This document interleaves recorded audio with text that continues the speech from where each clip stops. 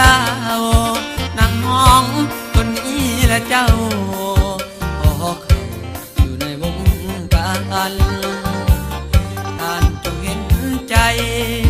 ให้ความเมตตาสงสารเสียงเพลงนี้จงได้ผ่านเข้าไปอยู่ในดวงใจขอการเป็นแฟนตัวแค่ทุกคนจงมีสุรนฟังเพลงนักร้องคนใหม่ถ้าเสียงบ่หวาน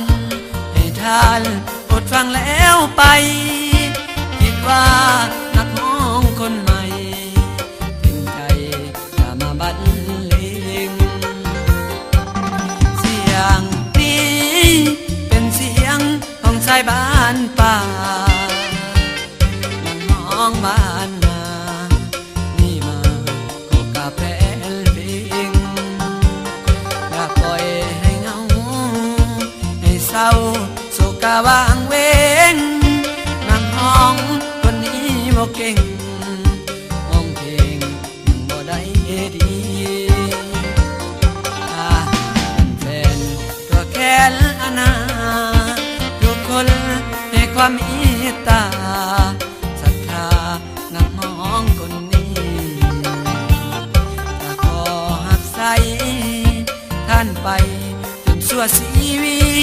ตขอกราบไว้ณที่นี้อยู่ที่เขตแค้นเมืองลาว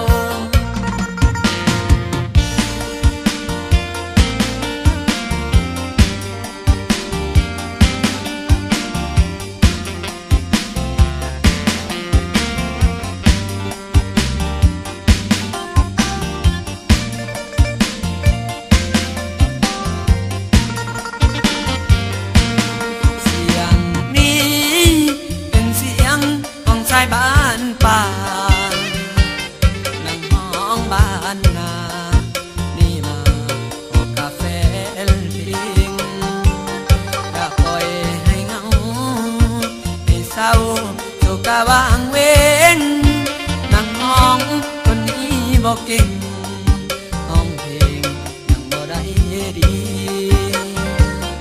ถ้าเป็นแฟนตัวแค่ละนาทุกคนให้ความเมตตาศรัทธานักร้องคนนี้จะขอหักใส่ท่านไปจนชั่วชีวิตขอกราบ